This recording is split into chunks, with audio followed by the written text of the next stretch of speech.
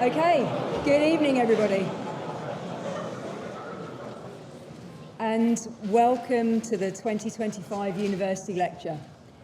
So my name's Emma Sparks, I'm Rector and Dean at UNSW Canberra. I'd like to begin by acknowledging the traditional custodians of the land on which I'm speaking to you from today, the Ngunnawal people, and pay my respects to elders past and present. I extend that respect to Aboriginal and Torres Strait Islander peoples who are joining both in person and online today. I also acknowledge the traditional custodians of the various lands on which our online viewers are joining us from.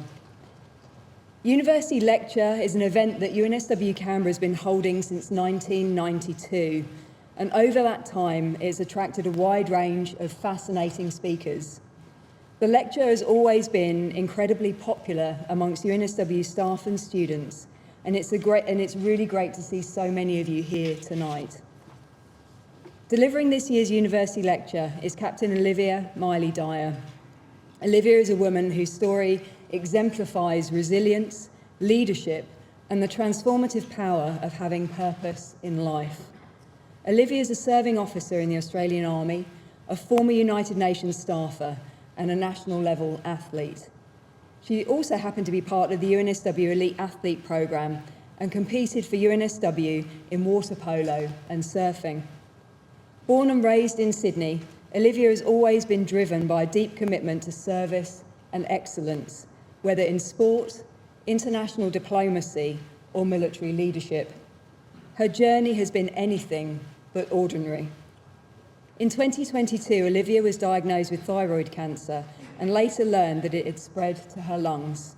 She faced this life-altering diagnosis during the height of the global pandemic, navigating treatment in isolation and under immense personal strain. Yet through it all, she remained determined to rebuild herself physically, mentally, and emotionally. Olivia's story is not just one of survival, but of transformation.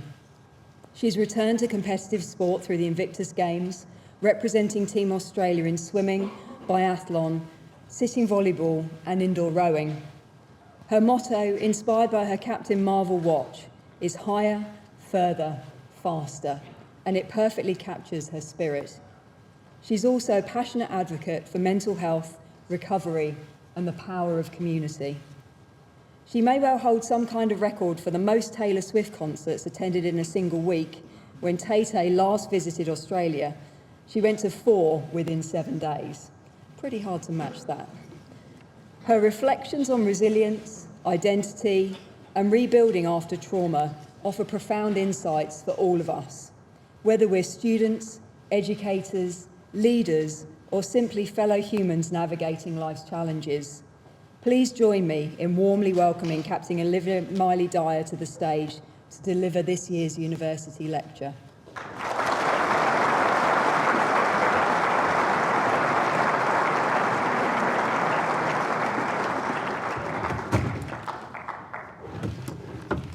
Good evening, everyone. As you've heard, my name is Olivia and I'm an Army Captain. I'm currently posted at Forces Command in Sydney at Vic Barracks.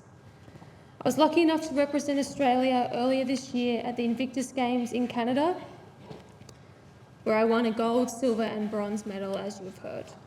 Today, I'm sharing my story about learning to live with cancer, to reflect on resilience, recovery and the power of showing up for yourself and your mates. I have a strong sporting background, and throughout my recovery, I have prioritised rehabilitation through physical activity. During high school, I competed at a national level in water polo, surf life saving, surfing and running, and as you've heard, during university, I was on the UNSW Elite Athlete Program. As a kid, I quickly realised the value of community sport and the importance of serving your community. As a teenager and into my 20s, I regularly volunteered with the St Vincent de Paul Society, feeding the homeless with night patrol, as a tutor to refugee children and a mentor to incarcerated youth. Like you, I began my university studies at UNSW, and I decided to study law after travelling to Burma, Cambodia and Laos instead of going to schoolies. During this trip, I volunteered at a school in Cambodia and met many lawyers who were working on the Khmer Rouge War Crimes Tribunal, and they were working with the UN in Cambodia. For those of you who don't know, the Khmer Rouge was a totalitarian regime that committed mass atrocities in Cambodia from 1975 to 1979. Before travelling to Cambodia, I thought I would best serve my community by studying psychology. However, after meeting these lawyers on this trip, I thought that law had more potential for advocacy and a greater impact to effect change. Several years later, I had the opportunity to intern with the United Nations with the Office of the Co-Prosecutor on the Khmer Rouge War Crimes Tribunal. During this placement, I worked extensively on evidence analysis, an appeal into broadening the definition of joint criminal enterprise, and was selected to assist the lead co-prosecutor, Nick Kegeman, in his trial preparation for expert witness Elizabeth Becker. This tribunal was a hybrid court, and for every Western lawyer there was a corresponding Cambodian staff member who shared the same position. During this role, I quickly learned the importance that each team member played, and that in order to successfully analyse a large case file, we would need to rely on our Cambodian counterparts to provide essential cultural expertise. I was eventually tasked with leading a diverse group of Cambodian interns, and together we worked through a very complex and confronting case file. During this role, I noticed myself becoming desensitised to violence. One stark moment I remember was when I was tasked with updating GPS coordinates of mass graves. I remember catching myself questioning whether a mass grave of only 100 people was worth noting. And of course it was worth noting, and sensing this change in my thinking, I quickly started reading about how normal societies turn violent and what motivates individuals to engage in mass violence. Later, I worked for the Australian mission to the UN in New York. In this role, I worked on the 6th Committee of the General Assembly, and I worked on several Security Council issues. And most importantly, I worked with military advisors on peacekeeping reforms. While I was in New York, I attended many meetings on the responsibility to protect and witnessed extensive debate about when and where nations have a moral obligation to intervene in instances of humanitarian crisis. And these debates almost always defined intervention as military boots on the ground. As an idealistic young person, it didn't sit right with me that these diplomats, living an extremely comfortable lifestyle, would have these debates without any mention or what I felt was any skin in the game. I felt that if you were going to have these deeply conceptual debates, you should at least know what you're asking nations to commit to, and you should understand the reality on the ground. My time in Cambodia had taught me that war was confronting, and I wanted to understand the dynamics of how you raise and sustain a defence force. I also decided to join Defence because I was inspired by the practical approach the military advisors took, and I was inspired also by the sense of purpose that they lived their life with. I distinctly remember deciding to join after, for a 10th year in a row, the committee I was working on failed to agree on an international definition of terrorism. I remember leaving the UN buildings with a sense of defeat, and by the time I had walked up the block to the Australian office, the diplomatic cables of a major terrorist attack in Europe started to flow through. From this context, I joined the Army as a reservist and put my hand up to work on the fires over Christmas and New Year of 2019. I volunteered for 2 weeks and essentially never went home. This is because after my work on the fires, I was offered several rewarding and interesting opportunities. Opportunities that I would never have dreamed I would have when I joined, or even when I put my hand up to work on the fires. At the start of the pandemic, I went to Darwin and deployed on Op Resolute, and commanding a watch of 50 soldiers and sailors on border protections. And I also had a chance to work with our Indigenous soldiers at the Regional Force Surveillance Group. And then I eventually would deploy on Op COVID Assist in the Northern Territory and in Sydney.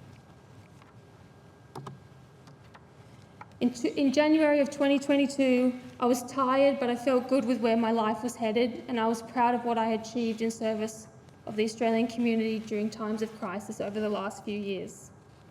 However, after my twin sister noticed a lump in my neck, I got the shock of my life when I was out for a walk and received a phone call that I had cancer.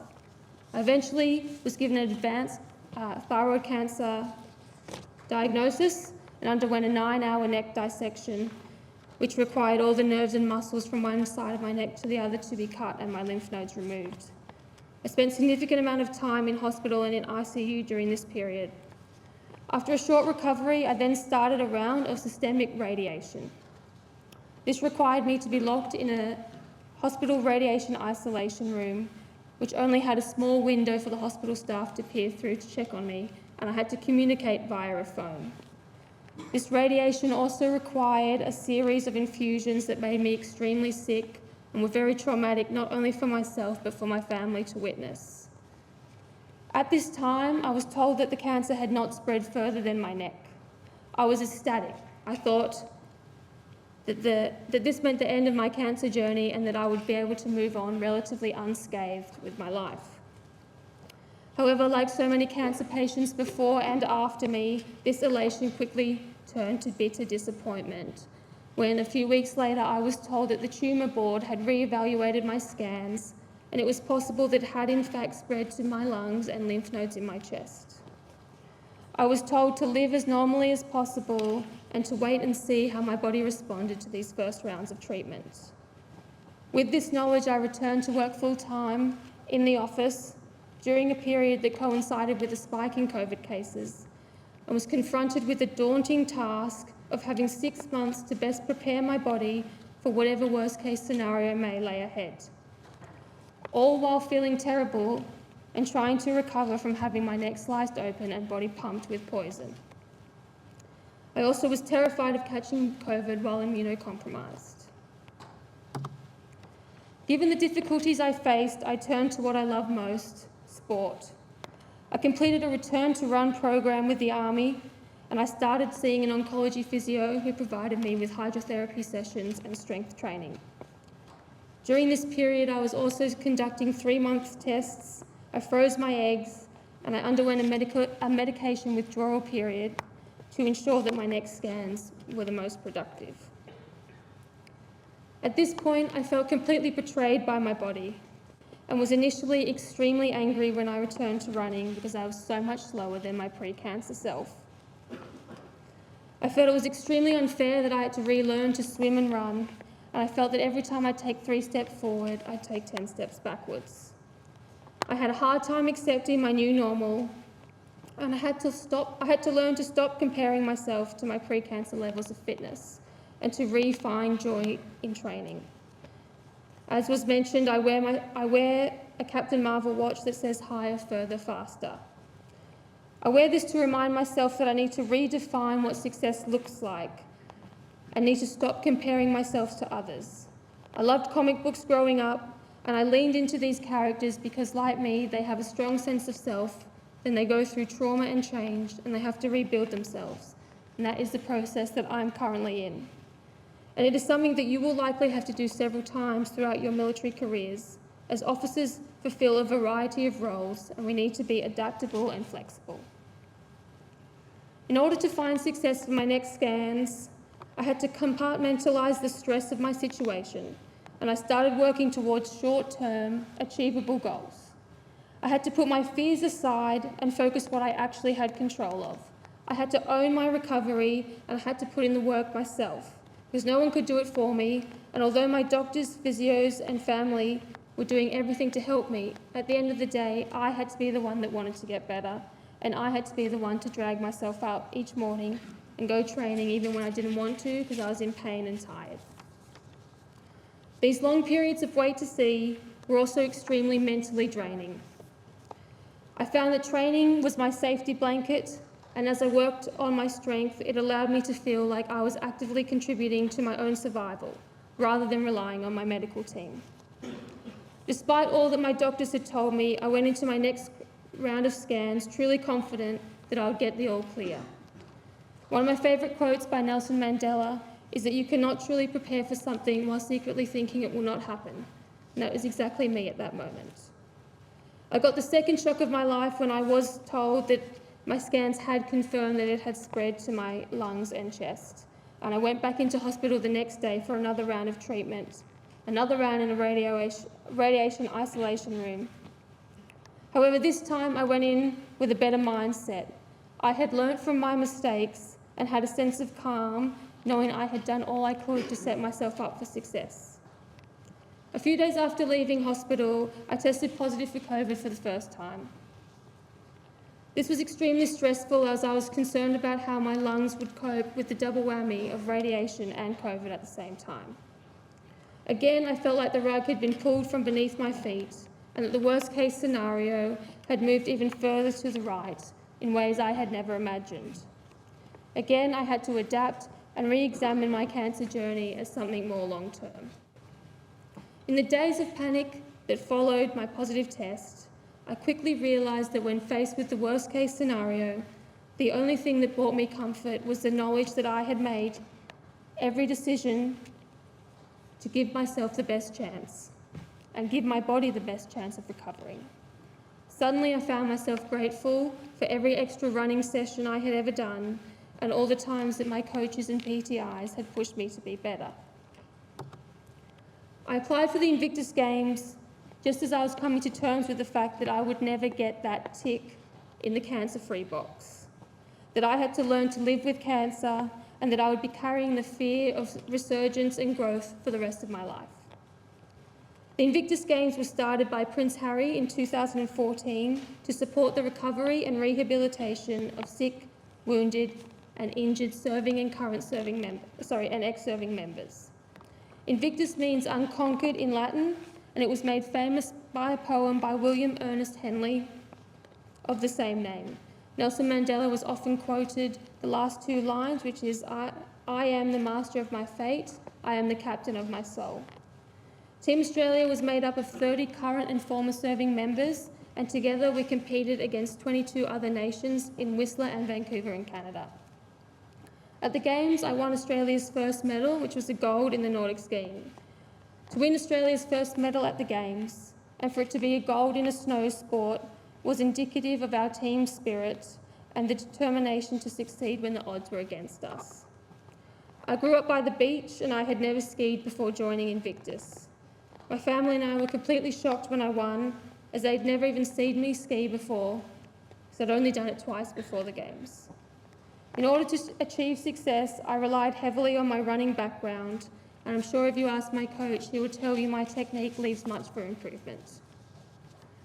Taking up a new sport was a great confidence boost for me. I lost a lifetime of strength and fitness during my treatment, and with it an intrinsic part of my identity.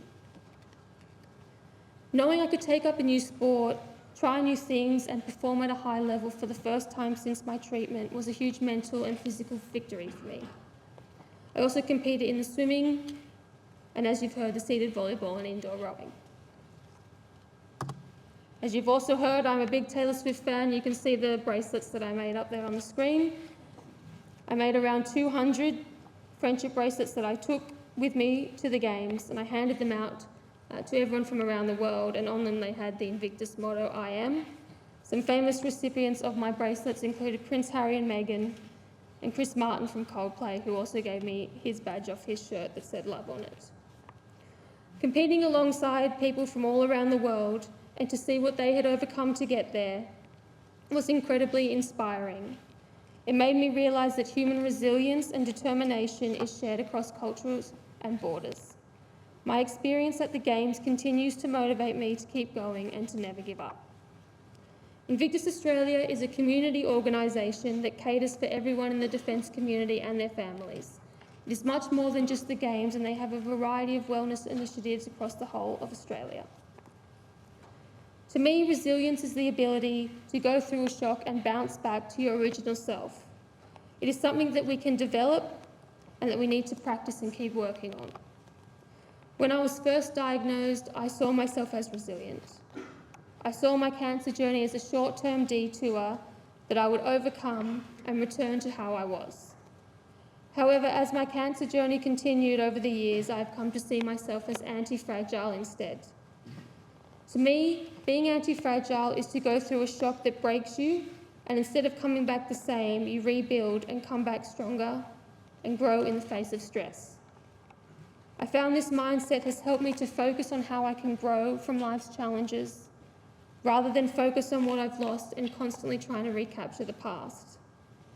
This shift in thinking has allowed me to finally grieve my pre-cancer self and hold myself accountable in my recovery in a productive, positive way. I chose to share my story beyond just the games with you today because it demonstrates that resilience isn't something that we are wholly born with. It comes from the experiences that shape us, and if we are to train as we fight, then it makes sense that we must also continue to work on our resilience so that when we do go into survival mode and rely on that mental muscle memory, we do so in a productive rather than negative way. I hope my story serves as a reminder that Aussies are tough. The soldiers, sailors and air men and women who you will come to command are some of the toughest. But at times they will need help and they will need emotionally intelligent leadership because there are some things in life you can simply not grin and bear. I think there's a lot of stigma around metastatic cancer. This stigma ignores the many individuals living with major illnesses and injuries who are achieving incredible things and making meaningful contributions to their communities.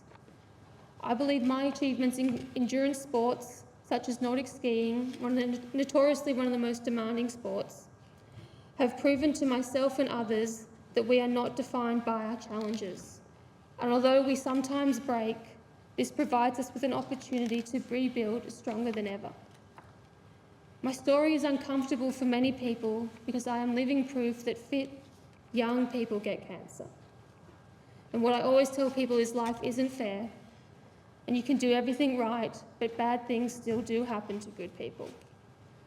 Ultimately, living a healthy lifestyle might not stop you getting sick. However, it will most certainly help you recover. And living a meaningful, courageous life that adds value to those around us and lifts others up will help you face future challenges because it will not leave you with regrets.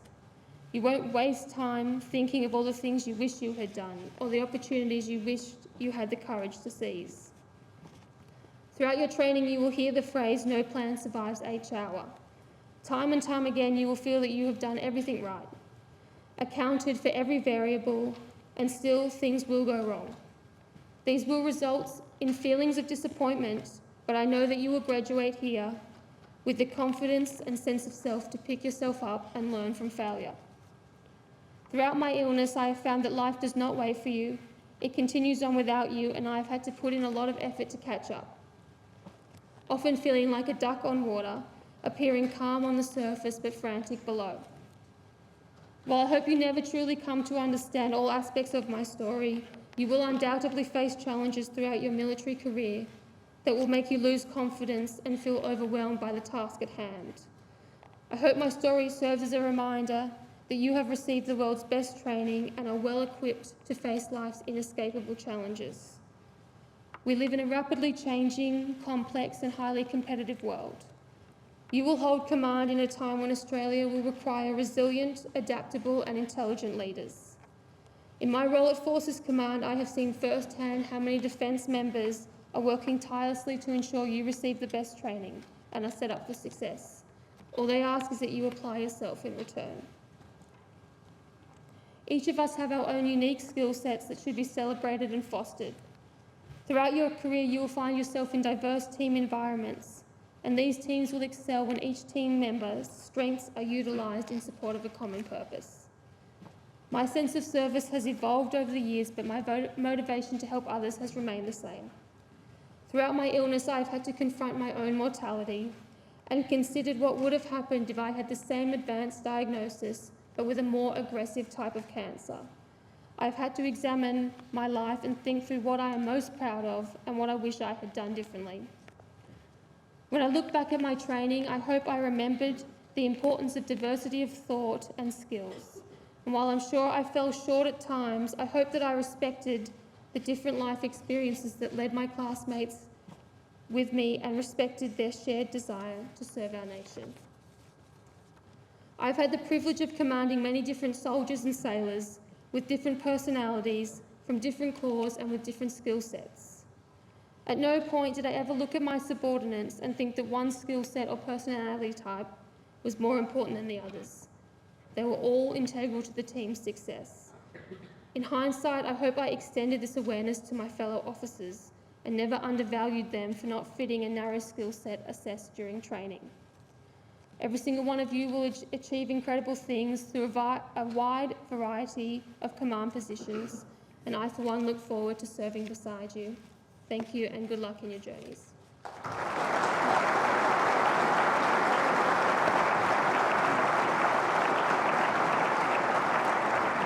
I think we're going to do some questions. Does anyone have a question? Any questions from the audience about the colleagues?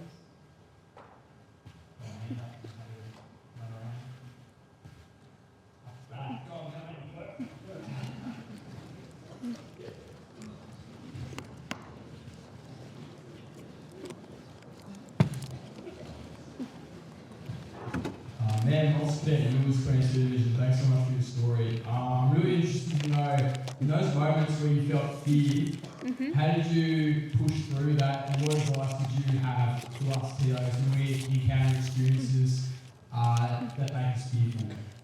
Thanks. Thank you. Very good question. So, the question was, what helped me face my fears? Definitely trying to focus on what I actually enjoyed doing and what made me feel like I was actually going to push myself and make me feel like I was preparing myself to face that fear, whether that be training or, getting out of your comfort zone, as you guys might have to do. I also found visualization to be important for me within my own context. While undergoing, if I went through a scan or things, I found while undergoing treatment that visualising myself getting better really helped me, and I think maybe athletes do something similar. You can see, if you've been watching the athletics, the high jumpers do visualisation exercises. I think that's helped me as well, and then I think just having a background where you've pushed yourself in the past and gone out of your comfort zone, I think that sets you up for success as well. Anyone else? Oh, good.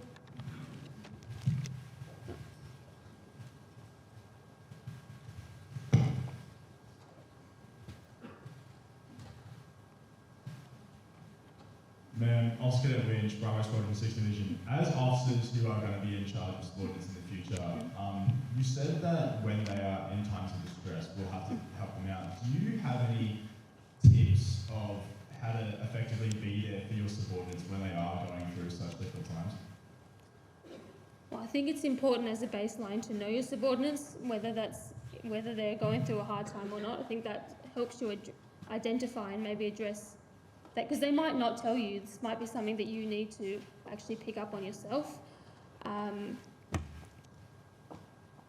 Sorry, what was? Can you repeat the question? Sorry. Sorry, mate. Do you have any tips for when they are going through such difficult personal times as to how best to aid them as their superior? Yes. I think, so definitely talking to them and asking them what they need. I think I was embarrassed to ask for help. I didn't tell anyone that I worked with that I was sick until I had to come back to work. And even now, some of the people that I work with don't even know I've been sick because I don't actively tell people. And I think that's probably true for a lot of people in defence. They don't want to publicise the problems they're working through. So I think sitting them down and actually making sure that that you understand what's going on is important. There's also pointing them to the support that Defence has. So for example, when I got sick, I was working for a brigadier who actually put my family in touch with Open Arms and also the Army chaplain, and that really helped us as a family, and not something that I would never have thought would even happen. So I think also providing their family with support, and then also we have like welfare boards, which I'm not sure if you guys have touched on that yet, but we have a whole welfare system to help people, and I think where you can bring their family into those welfare boards, I think is really important, so that it's not just that individual, because you can become that individual might become overwhelmed with the process, and that's definitely something that happened with me. And then also giving them mentors, maybe within their own, there might be people who are more of a similar rank to them that can also help them who they might be comfortable reaching out to. So, for example, with me, I've had some female majors who have really helped me through the process and acted as mentors. I think that's also important to have some cohort support.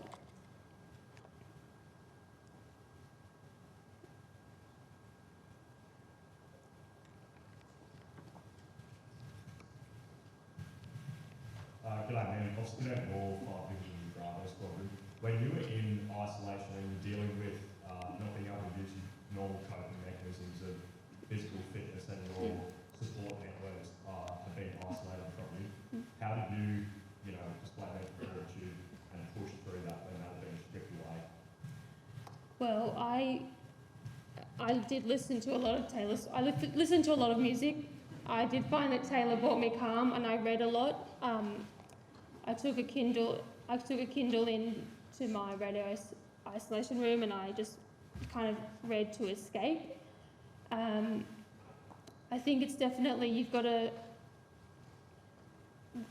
I kind of also went into survival mode, and it was like I had to basically break it. I just broke it down into each day and had little goals for that day that I had to get through, because otherwise, there was like no other option. I wanted to survive, and I knew if I wanted to do that, then I just had to suck it up. It's probably not the most textbook situation, but basically I just had to. I listened to a lot of Taylor, and I read a lot of books, and I thought I basically have to do everything right.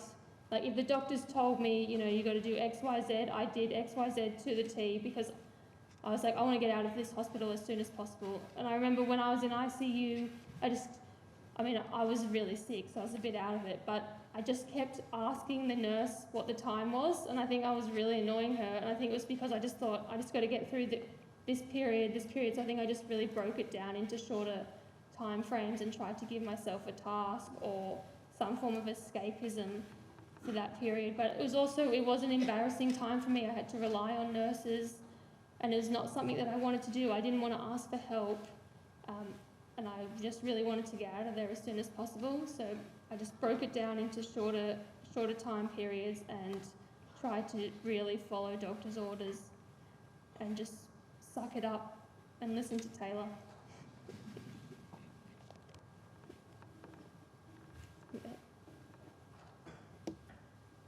All good? Thank you.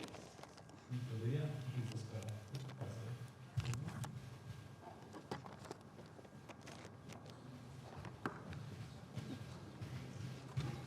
So, ma'am, on behalf of the Corps, I just wanted to say a huge thank you for your time today in giving us what is undeniably one of the most remarkable stories we've ever had in a brief here. So that was great. Your messages around mental resilience and toughness are particularly inspiring, and I only hope that one day, if the day comes, we'll be able to demonstrate the same mental resilience that you have throughout your whole life. So we have a present for you from the university on behalf of the Corps, so thank you very much.